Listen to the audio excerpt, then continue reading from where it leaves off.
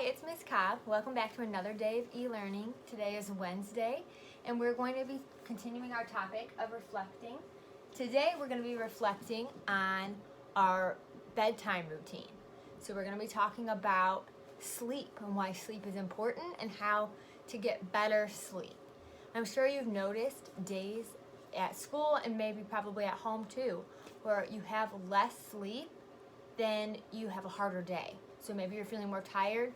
Other times you don't really feel tired. You feel like you have energy, but you have a harder time controlling your emotions and really controlling yourself when you haven't gotten the right kind of sleep. Even if you slept all the way through the night, because of some of the things you're doing and some things in your routine, it could mean that you're not getting quality sleep. So we're going to talk about that together. So that's why I'm in some comfy clothes today as we talk about sleep. So why do we sleep? Our bodies use the time we are asleep to grow, repair, and reset for a new day. When we don't sleep, we get tired and unhappy. That's how we get cranky. And we're going to talk about four reasons why we need sleep. So first, healing. Sleep gives your body time to repair itself. It's a time when your muscles can rest, heal, and get stronger. So healing happens when you're sleeping. So we need good sleep at night so that our bodies can heal. We also need sleep for energy. Without sleep, you get tired quickly. Sleep re-energizes your brain, readying it to learn new things. So it gives us energy. We need sleep for our memory. This is something a lot of people don't know. Your brain uses the time when you're asleep to sort through new memories and to store important ones. And we need sleep for growth. You grow most when you're asleep. During the night, your body releases a chemical that makes you grow. So it's important to get that sleep so that we are able to heal, get energy, retain memories, and we are able to grow our bodies by getting good sleep. So now I have some things written on our whiteboard for us to go through to help us come up with a restful routine. I don't know how well you can see that. See if we can turn my light down. All right, restful routine. So first, I have relax before bed. So really set yourself up for bedtime. Let's see. Really set yourself up to go to bed. Part of that goes with turning off electronics before bedtime. So devices, I know a lot of people, I do it too sometimes, will fall asleep on they browse on their phone or they watch TV or a movie before they go to bed. Well, those devices let off blue light. There are settings that if you're going to have something on, you should try to find the setting where you can change it from like blue light to using like orange, yellow, warm tones. But those blue, cool lights actually give your brain a signal that it's daytime. So it's making it harder for you to get good sleep. So the best thing to do is come up with a bedtime, and at that time you're putting the electronics and things away, and you're not going to bring that with you. You also want to have a wake-up time. If you can wake up the same time every day or around the same time, that's good for your body and your brain, and it helps you create like a thing with your body where it knows then, like your wake-up time. This is my bedtime, this is my wake-up time. So even on weekends, even in the summers, if you can create a time, even if you change it from the school year to the summer, if you can come up with a consistent time to wake up and go to bed, that's really good for you. Another thing is your room environment.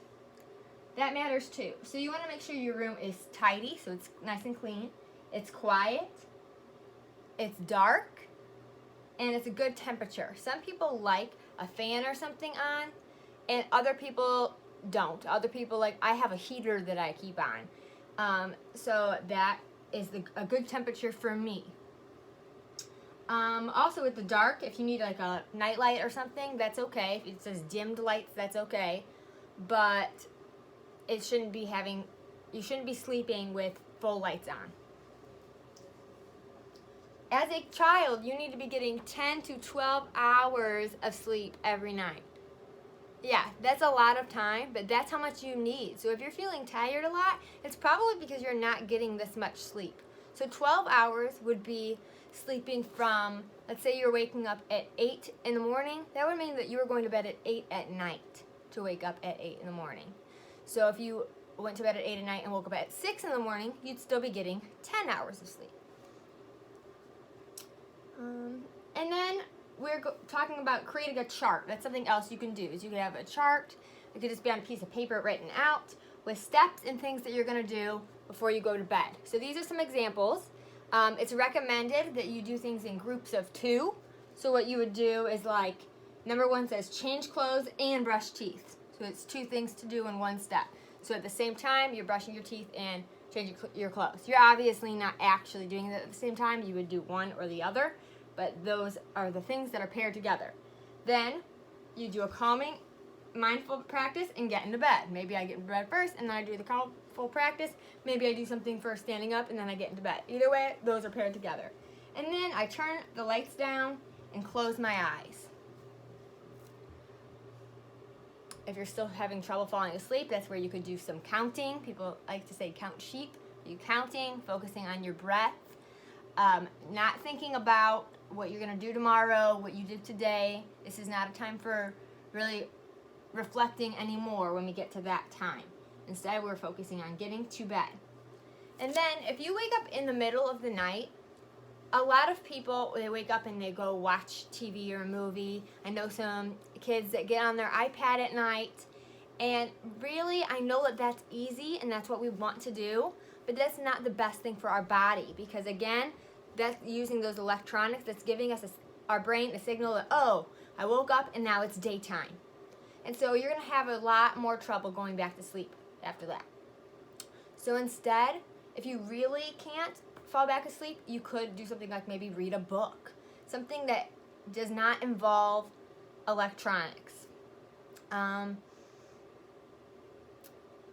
really the best thing to do would be to try to still, like I said, read a book or to like lay there, to count, to focus on your breath. You could do that high 5 breathing and trace your finger. That'll also give you more sensory input because you're feeling your finger go across your skin. And so that'll also help calm you down as well. So I hope that those have been some good tips. I know my light was being a little funky with the glare, but hopefully you were still able to see everything well, or at least understand what I was saying. I am really excited. We only have a couple more e-learning days together. And then just so you know, my plan is I'm going to continue to upload videos over the summer so that you guys still have something to go to, but it just will probably be like once a week instead of 3 times a week. But I'm still figuring out the stuff on that. I'm also going to get in touch with all of your parents about doing maybe some type of Zoom call or something for the end of the school year. So if you are interested in that, check in with your parents to see if they have a message from me. Have a great day. See ya.